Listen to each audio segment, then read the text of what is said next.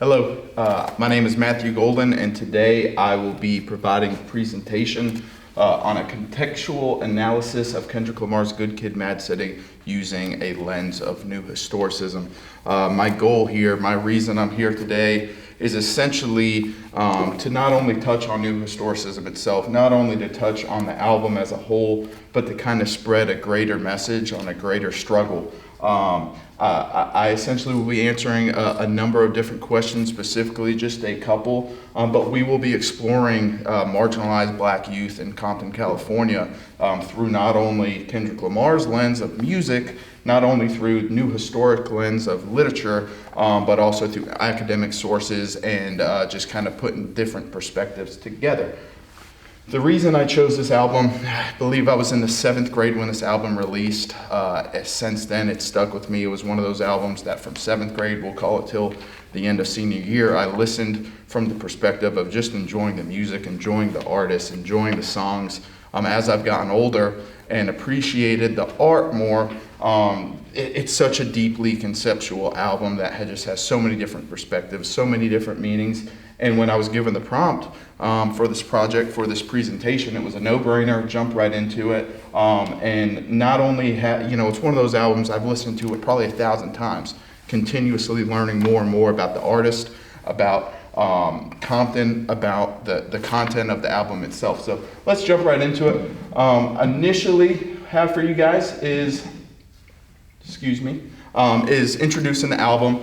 It was released October 22nd of 2012. Like I said, it's been about 13 years now, and it just keeps growing. It keeps getting better. The old saying, the old adage, it ages like fine wine. This album does just that. It was Kendrick Lamar's debut major label album.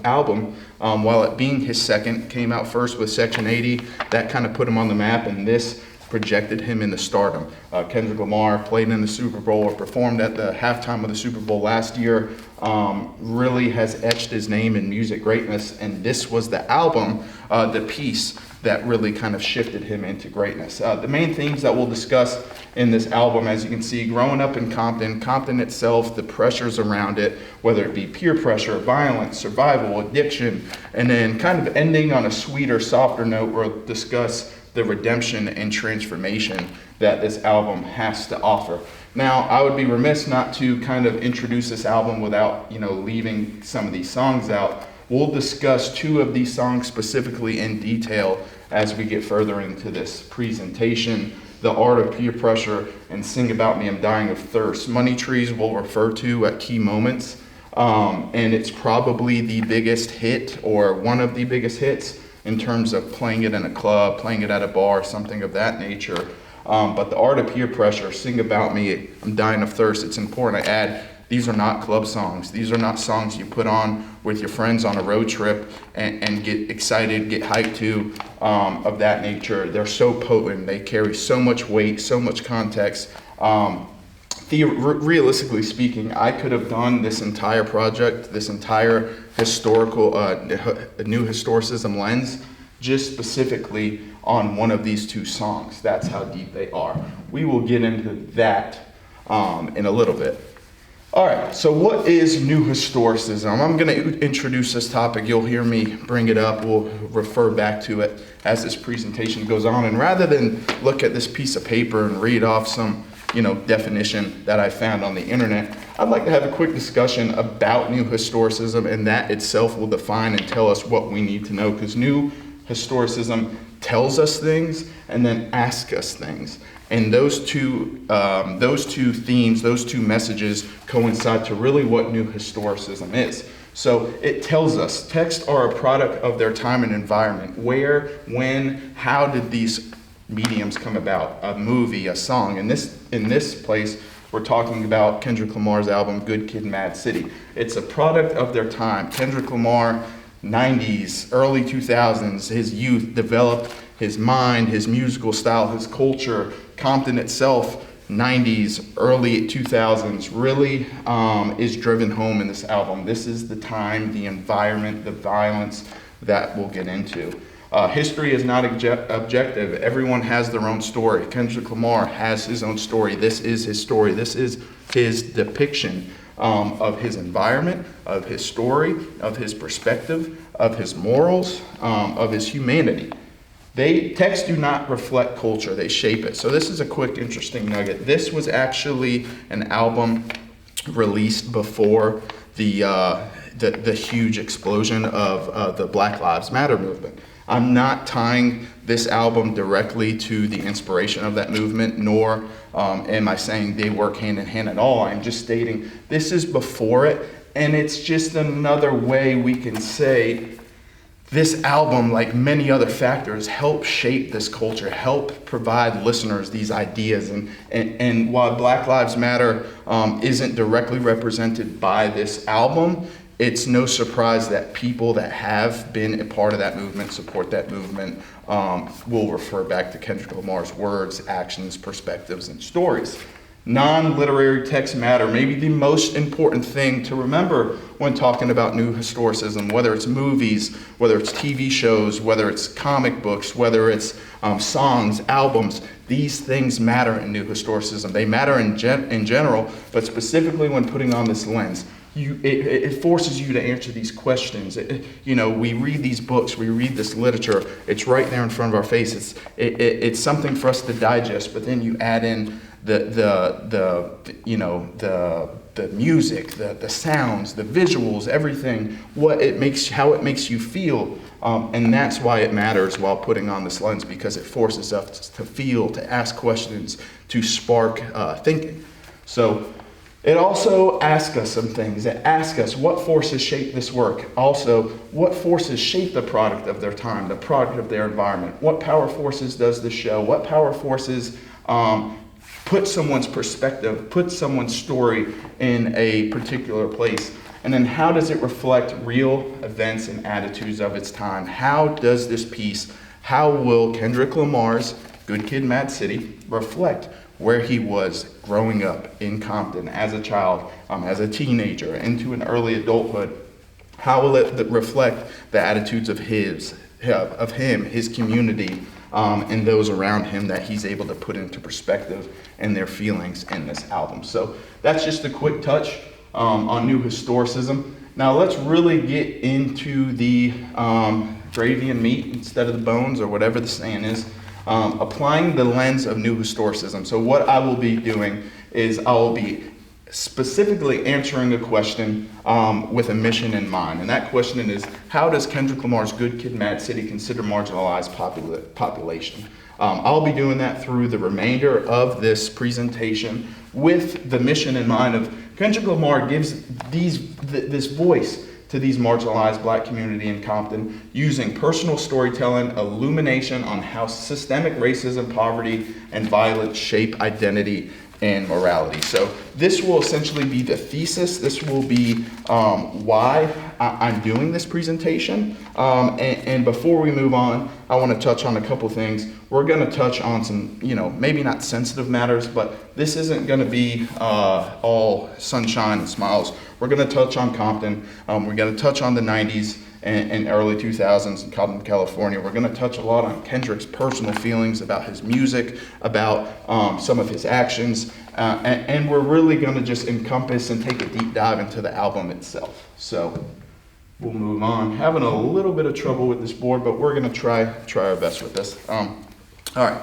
the Compton connotation. For us to understand this presentation at all, we're going to have to take a glimpse into Compton in the late 90s, early 2000s to really understand where we're at. Now, the reason I have this frame of Compton connotation with this picture is because if you know anything about movies, about music, about anything that has anything to do with, West Coast rap or gangster hip hop or just Compton in general, whether you've watched the movie Snowfall, whether it be Boys in the Hood, whether it be Straight Outta Compton, as we have pictured here, Compton has always had this negative connotation, essentially encompassing crime, violence, gangs. And that's just the reality of it. We will jump into some statistical and historical data that back this, but put yourself in Compton, California for these next, 15, 20 minutes, whatever it may take. Like I said, to understand this presentation, to understand the feelings and emotion behind Kendrick Lamar's words and actions, you have to understand Compton for years and years and years. You can go all the way back to the 70s and 80s, the crime, LA, whether it be during the O.J. Simpson trial or the Rodney King or the LA riots or whatever it may be, Compton, California has always found a way to get a bad rap in a sense. And Kendrick Lamar depicts that, but he also depicts how, starting behind the 8 ball can kind of really set yourself up for a lot of the things we're going to hear and feel during this presentation. So, all right, like I said, we're going to jump right into the historical context of Compton, California. Now, I say it's ravished with crime and poverty and drugs and gangs.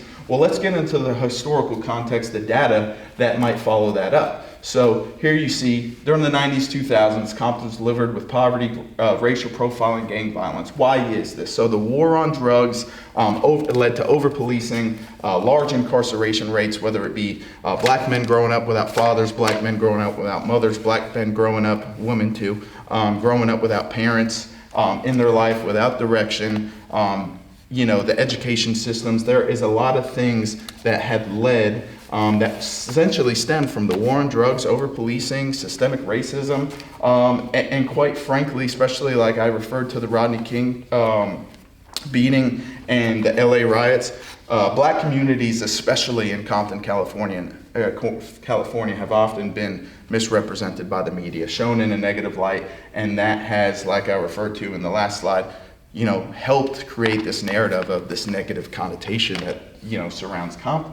So here we are going to look at the National Criminal Victimization Survey of Compton, California. This is by the Compton Police year and total all the way from 1980 to 2005. As you can see, the population here, the different crimes, whether it be murder, manslaughter, rape, robbery, aggravated assault, and total violent crime. Guys, these are numbers that indicate that there is high crime, high poverty, in this area. Now these numbers, Brunswick, Georgia, for example, these are numbers we'd see over the span of, a decade, 2 decades, and this is a year-by-year breakdown. You're talking all the way going back to the 90s, 3,100 total violent crimes. Guys, this isn't Los Angeles, California, this is Compton, California, a suburb, not a suburb, but outside neighboring town community outside of Los Angeles, LA. So these are high numbers, whether it be manslaughter, rape, robbery. These are not petty crimes. These are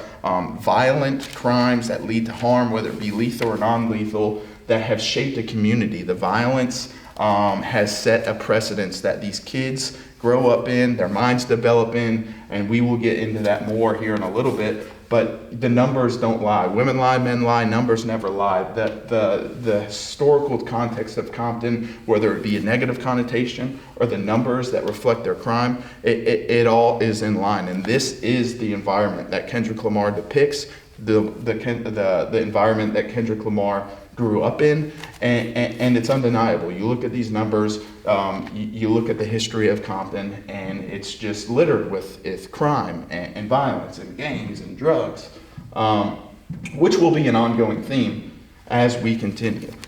Catch my breath for a second. The Good Kid in a Mad City. So you've got the album, Good Kid, Mad City. It's notorious now, but it's literally a reflection. It's a depiction of exactly what you're going to see, what you're going to hear, what you're going to feel while taking in this album. Like I said, we have some academic sources also played in here to go along and support some of these claims we're making, but this is more of a how you feel portion of this presentation. You got a good kid, you're in a mad city. It's a reflection between Kendrick Lamar's innocence and the chaos that ensued around him day by day. He grew up in it, he lived in it, he developed in it, he flourished in it at times. And granted, it ended up propelling him to stardom. And that's just one of those things because of his ability to illuminate his story, illuminate his surroundings, give not only himself, but his community members, people that affected him in life, this platform for us to truly understand what's going on. This album is very important that I include this. This album is not a glorification by any means. It's not a glorification of crime or drugs or war or gangs or sex or whatever it may be. It is survival. It is essentially a day-by-day synopsis of what Kendrick Lamar's around and what many in that environment see on a day-to-day basis. I'll get into it more a little bit later, but the song Swimming Pools on Kendrick Lamar's album, Good Kid, M.A.A.d City, it's one of those, you're probably familiar with it. It's pour up, drink, lay down, drink, and it's one of those songs that I know I can speak for myself. In high school, in my early days of college, you play it and it's almost like a drinking song. It's talking about drinking. It's fun to sing along with. It's fun and enjoying and easy to listen to. That being said, the entire message, and I didn't see this till I got older, is that it's all about alcohol addiction. It's all about abusing alcohol, and some people finding themselves to where that's their only corner to turn to. That's their only answer. And that's a perfect indictment that this album is by no means a glorification of anything. It's a story of survival, adaptation, and essentially just reality. This album depicts Lamar's personal story, which mirrors a larger social struggle. So we have already seen from the crime rates, from the negative connotation that surrounds Compton, that there is a larger social struggle in the surrounding area. This album is nothing but to mirror that, is nothing but to reflect that. Going back to the last point, it's not a glorification. It's not a misrepresentation. It's the cold, solid truth. And the numbers, the data, my personal feelings, Kendrick's personal feelings, the things we will discuss will just further that more. To jump into our first actual lyric of Kendrick Lamar, we have something that's going to touch on a few things we've already talked about. Bodies on top of bodies, ivies on top of ivies, obviously the corner between the sheets like the Isleys. When you hop on that trolley, make sure your color's correct. Now forgive me, I'm not a rapper, I don't have much rhythm. I'm gonna try to do my best with these lyrics as much as I can. Also, I'm not quite old enough to fully understand the Isleys reference, but I have a pretty good basis of it. But this is from Kendrick Lamar's M.A.A.d City song, one of the more popular, very known for its rhythm and kind of upbeat, boom, boom, rah, rah kind of style. But just in this one lyric, this is what, a sentence, 2 sentences? He touches on bodies on top of bodies, whether it be deaths or murders or violence, ivies on top of ivies. Furthermore, and consist of that, of the violence, of whether it's not murder, it's injury and harm, non-lethal harm. The coroners, obviously, if you know what a coroner does, you know what he's referring to. And then the thing that sticks out the most about this, you're talking about murders, you're talking about violence, you're talking about coroners, and then when you hop on that trolley, make sure your color's correct. If you know anything about LA, Compton, California, if you know anything about Kendrick Lamar's albums, he does it in just about every album that he's ever came out with. It's a big topic of red or blue, making sure your color's correct. LA, historically known for Bloods and Crips and other gangs. So just in this one, 2 sentences, you've got murder, you've got violence, you've got gangs. It's fully encompassing. It's one of those things that he doesn't mince his words. He gets straight to the point, and it's a reason he does this. He's painting this picture. He's not trying to sugarcoat anything. Excuse me. In his words. So this will be one of 3 slides I have in which we actually dive in, and our source is Kendrick Lamar himself. So this first edition of In His Words is Struggle for Identity, The Art of Peer Pressure, one of my favorite songs on this album, if not my favorite. I think it's going to come in second into one we will talk about later, but The Art of Peer Pressure, it's one of those things to where, I don't know why I'm holding this, I'm not even going to go off the notes, we're just going to talk about it. The Art of Peer Pressure, it explores identity, morality, personal belonging, how social structure and peers surrounding Kendrick Lamar, and not just him, community as a whole, how it shapes these people's upbringings, how it shapes their feelings, how it shapes their actions.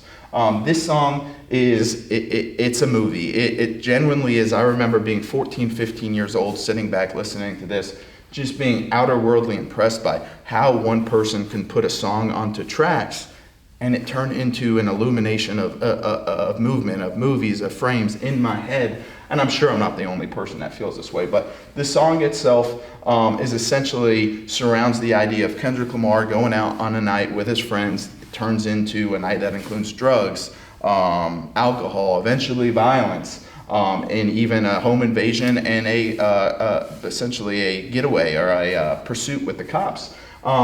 And this is all due to his message of reflecting the peer pressure, and we'll get into that with his lyrics, but this song essentially encompasses and humanizes young black men that are often labeled as criminals. It gives you the human perspective. It gives you how one thing can happen from another, and how simply going out to drink, hanging out with your boys turns into, you get in an argument, you get in a fight, and then it becomes one of these things to where, you're looking at doing a crime and trying to evade the law. So it gives the human element. We will jump right into these lyrics, and it will furthermore help explain. So first of all, there will be some language included. You'll be able to see it and read it. That being said, I might not say everything. I don't want to get myself in trouble nor offend anybody. But these are, quite frankly, verbatim, the lyrics. So initially we have, really, I'm a sober soul, but I'm with the homies right now. So we'll break this down one at a time and then see how they fully encompass with each other. But really, I'm a sober soul. So he's telling us initially, I'm sober. I'm a sober soul. I don't really do a whole bunch, but I'm with the homies right now. So that is him reflecting, him referring to, I'm typically this, but I'm with these other people that are going to shape my social construct. I'm with these people that I'm trying to fit in with. Therefore, I may not be sober. Secondly, look at me. I got the blunt in my mouth. Usually I'm drug-free, but I'm with the homies. So another reference of earlier he was a sober soul. Now, typically he's drug-free, but he's got a blunt in his mouth because he's with the homie. I'm just furthermore nailing in this perspective of this peer pressure and this adolescence, immaturity to where you're depending, and this is everybody, not just people in Compton, not just black men, but most men growing up are shaped by their environment, are shaped by their peers, by the pressure or the social construct created by them. And this is just another example. And then lastly, we've talked about alcohol, we've talked about drugs. We're going to get into the aspect of violence. Lamar says, I never was a gangbanger. I never was stranger to the funk neither. I really doubt it. Rush someone quick and then we laugh about it. That's ironic, because I've never been violent until I'm with the homies. So once again, this is another example of him kind of reflecting with himself of saying, I am not this. I am not this. I'm typically have never been that. But he's with the homies, so things change. So he's essentially showing how a day just hanging out with the guys turns into smoking and drinking. And now he's involved with these men or his buddies that may or may not be a part of a gang. And now he's in a fight and they're laughing about it. And it's one of those things to where that just assumes, or that just gets us to assume they're laughing about it because it's normal. It's just another day. It's the construct, the life that they live. And he says that himself, he's laughing about it. He calls it ironic. And then he himself, he says, I'm a sober soul. Usually I'm drug-free. That's ironic because I've never been violent. And these are these things where I'm not doing it justice by the way I'm saying it, but the rhythm and the tone and the mood in which he says it furthermore drills home that idea of you're growing up in this community where the social construct is either you fit in with the gang violence, with the drugs, with the alcohol, or you don't, you fit out. And eventually the latter half of this song and the last slide we'll touch on in this presentation kind of offers the redemption factor. The transformation, and he gets to that, but this is a song early in the album, and also it just encompasses who he is at that point. I forgot to touch on this earlier, but this album essentially takes place when Kendrick Lamar's in the 11th grade. So think about it from a male or female perspective, from white, black, whatever you are. Think about how, what's the word I'm looking for? When you're in the 11th grade, when you're 16, 17, think about how much your future can be molded by your decisions and your actions at that point in your life, yet how immature and how not fully in touch with understanding the world you can be. So this is just another one of those examples. So this is our first edition, we'll call it, of Kendrick Lamar in his own words.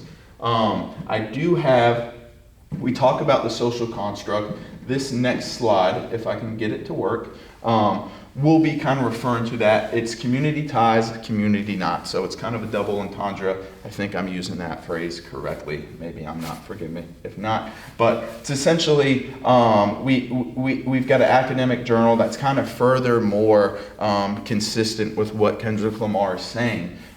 in this album, in these lyrics. And that states that research shows that lethal and non-lethal street gang interactions frequently involve aggressors, co-offenders, and victims from the same racial or ethnic community. So this is going to continue to drill home the idea that this is normal. This is something that it's in these neighborhoods. It's a consistent and a constant thing in these neighborhoods that they're exposed to this, that they're a part of this. And even if you're not someone that drinks and smokes and is violent, the community, the social construct around you will find a way to pull you in, whether you like it or not. So this is from the Trends in Organized Crime from Norris and Bischler. And I have also included this picture, Under Attack by Us, and this is not a knock, this is not a shout to say it's only black on black crime. This is things that happen in tons of different communities. It just so happens that Compton, California, you can be and live, 2 streets away from another, and you're in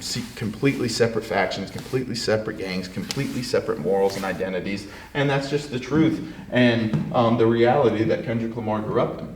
So take a breath.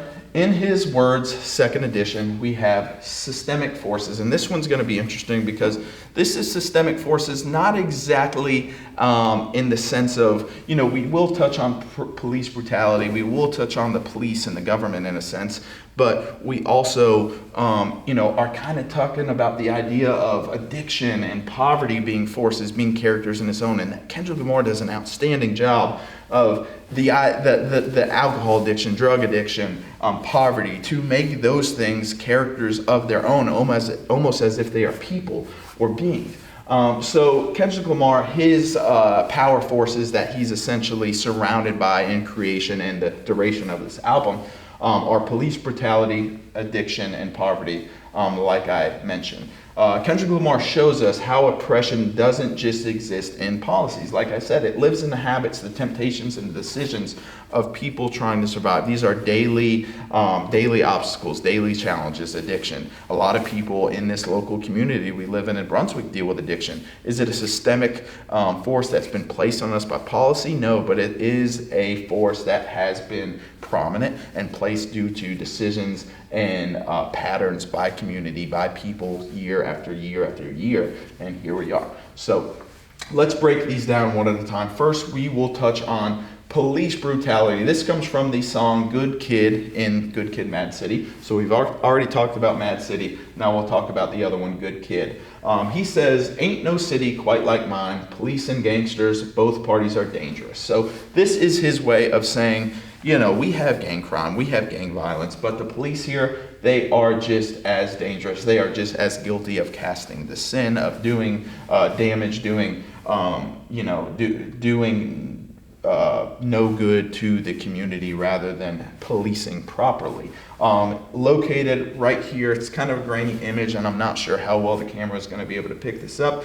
But this is footage of the Rodney King beatings in LA. I believe it was 1994.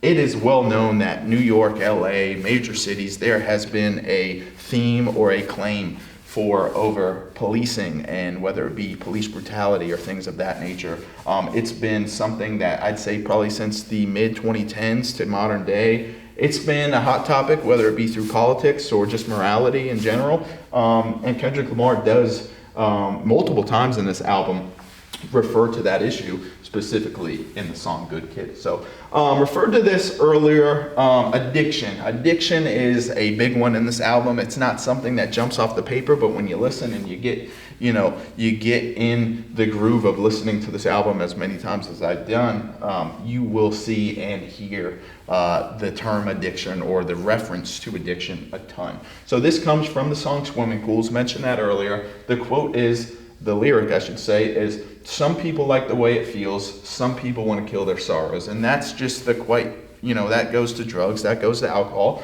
And once again, we have Kendrick Lamar referring to a systematic force that is essentially gripping his community and shaping. You have parents that are addicted to drugs and it affects their kids' upbringings. You have kids that get addicted to drugs at a young age and it affects their future.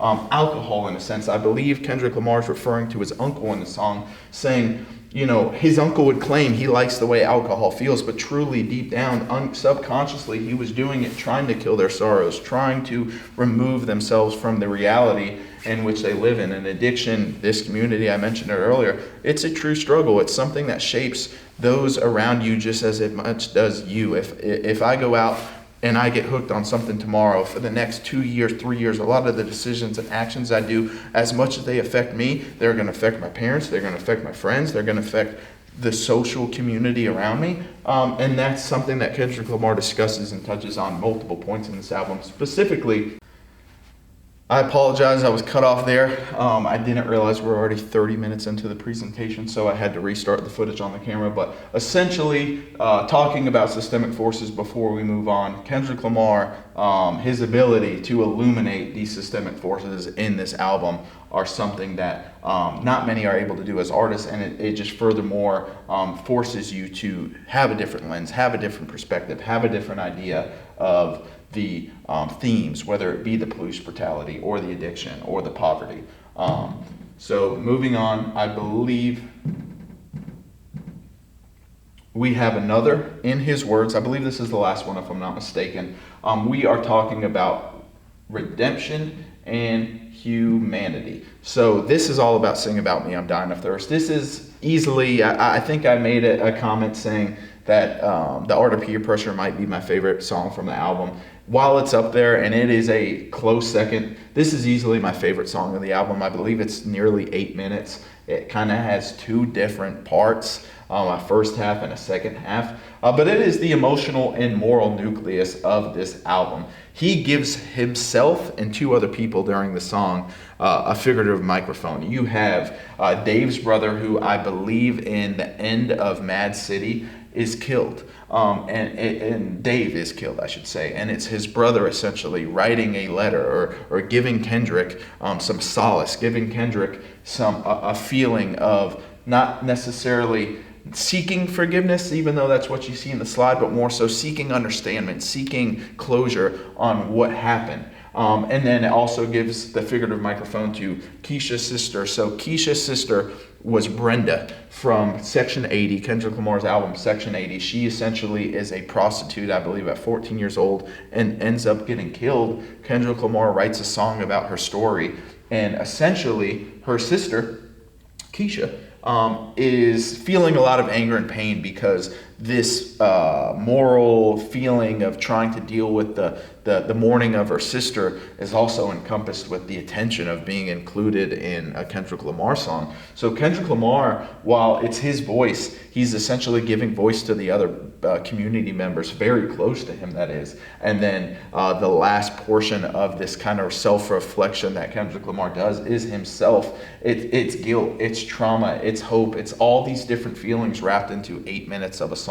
It truly is an impressive work, and if you're not familiar with the album, if you're not familiar with anything Kendrick Lamar, I encourage you, put some headphones on, put yourself in the car, whatever it may be, and listen to the entirety of the song and just close your eyes and hear the words that he's saying, feel the feelings he's saying, and then do 5 to 10 minutes of research regarding the song, why Kendrick says some of the things he does, in terms of the narrative of it. We'll kind of look more into the redemption and the humanity side of it, but I'm more encouraging to get familiar with the narrative portion of it. So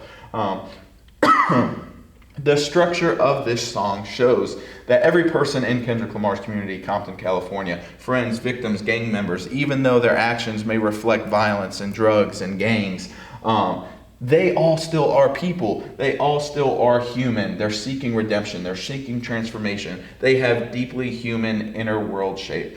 They have deeply human inner feelings that the world is shaped by trauma, and they're seeking love. So you will see in the song title, I'm Dying of Thirst, Kendrick Lamar refers to in the song multiple times, signs of dying of thirst, hop in that water, hope that it works, I'm dying of thirst, I'm dying of thirst. And this is essentially a cry out from help, not from him himself, but for his community. His community is dying of thirst. They're exhausted from the violence.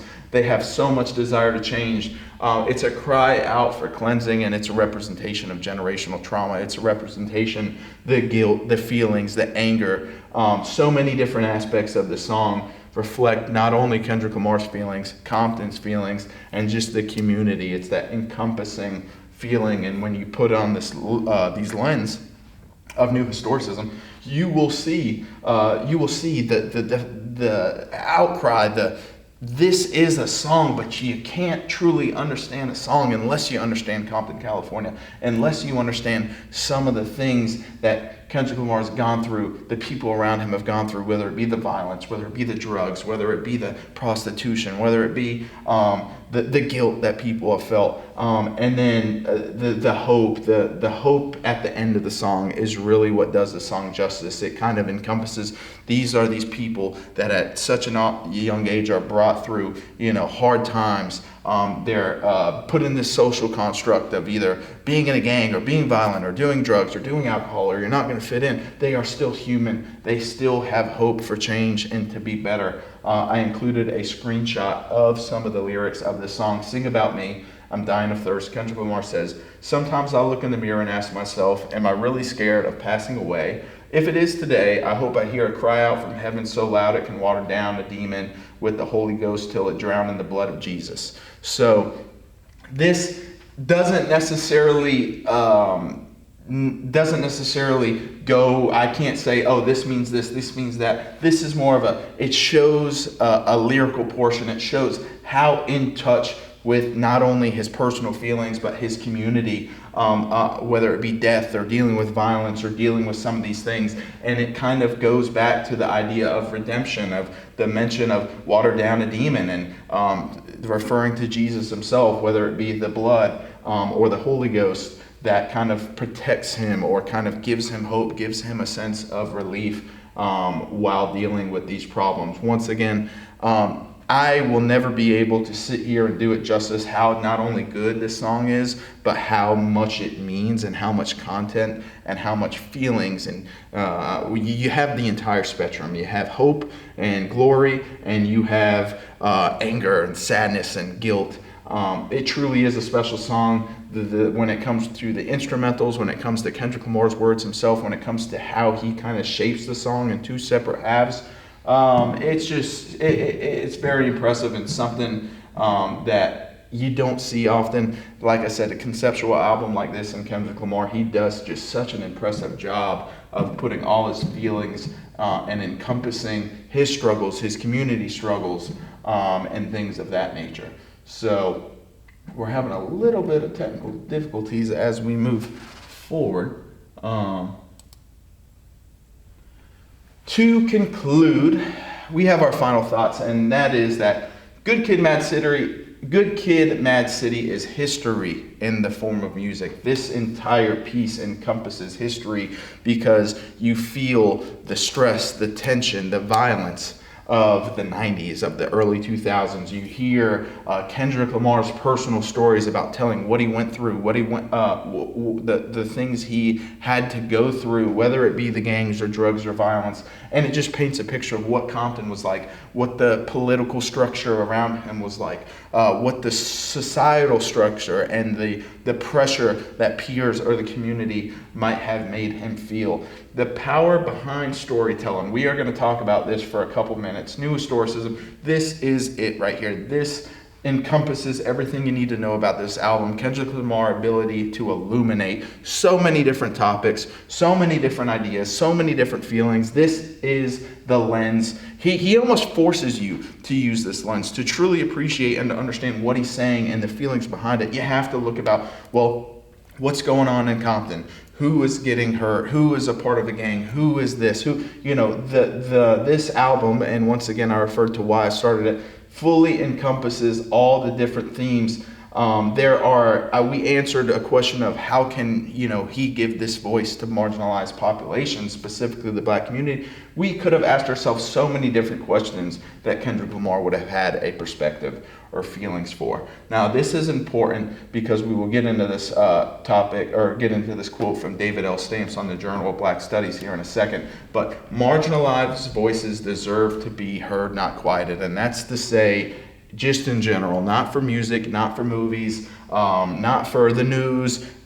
They deserve to be heard just as much as me and you. And The reason I want to refer to this quote is because David L. Stamp says, Black audiences experience Black audiences experience